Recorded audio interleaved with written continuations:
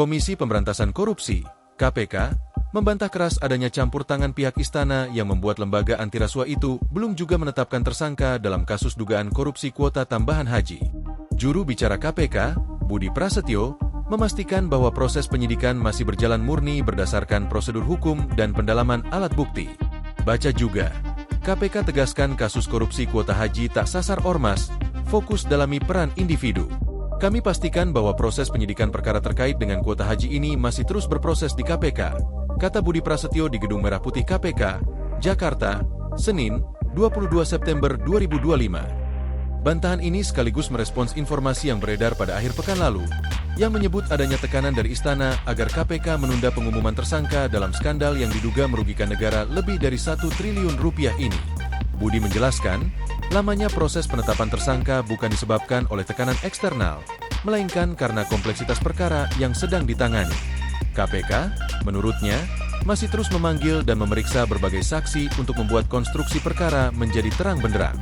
KPK masih terus melakukan pemanggilan terhadap para saksi ataupun pihak-pihak lain yang diduga mengetahui konstruksi perkara ini, ujarnya. Pihak-pihak yang telah diperiksa berasal dari berbagai kalangan, mulai dari internal Kementerian Agama, Kemenag, Asosiasi Travel Haji, hingga Biro Perjalanan Swasta. Pemeriksaan difokuskan pada seluruh proses, dari hulu hingga hilir, termasuk mekanisme pengambilan kebijakan pembagian kuota tambahan hingga teknis pelaksanaannya di lapangan. Alasan dibalik lambatnya penetapan tersangka. Secara terpisah, Pelaksana Tugas Deputi Penindakan dan Eksekusi KPK, Asep Guntur Rahayu, mengungkap alasan utama mengapa penyidik membutuhkan waktu lebih lama. Pertama, kasus ini melibatkan skala yang sangat besar, dengan dugaan keterlibatan hampir 400 biro perjalanan haji. Itu kan hampir 400 travel yang membuat ini, penanganan kasus, juga agak lama. Orang menjadi tidak sabaran. Kenapa nggak cepat diumumkan, tersangka, kata Asep pada Jumat, 19 September 2025. Kedua, dan yang paling krusial, KPK saat ini sedang memburu sosok juru simpan atau pengepul utama aliran dana haram dari praktik korupsi ini. Lembaga anti rasuah tidak ingin gegabah menetapkan tersangka sebelum berhasil mengidentifikasi dan melacak aliran uang ke pengendali utama. Kami ingin melihat kepada siapa saja uang ini kemudian berpindah dan berhentinya di siapa, karena kami yakin bahwa benar ada juru simpannya. Artinya, uang berkumpul di situ, jelas Asep. Untuk melacak sosok misterius yang disebut MRY ini, KPK telah menggandeng Pusat Pelaporan dan Analisis Transaksi Keuangan, PPATK. Modus uang percepatan terungkap. Penyidikan KPK juga telah membongkar salah satu modus dalam skandal ini, yakni permintaan uang percepatan oleh oknum di Kemenag.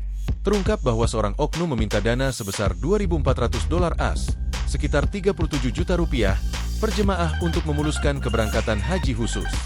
Fakta ini terkuak dari pemeriksaan pemilik Biro Perjalanan PT Zahra Auto Mandiri, Uhutur, Khalid Z. Abdullah Basalamah, yang mengaku dimintai dana tersebut agar ratusan jemaahnya bisa berangkat menggunakan kuota haji khusus resmi pemerintah.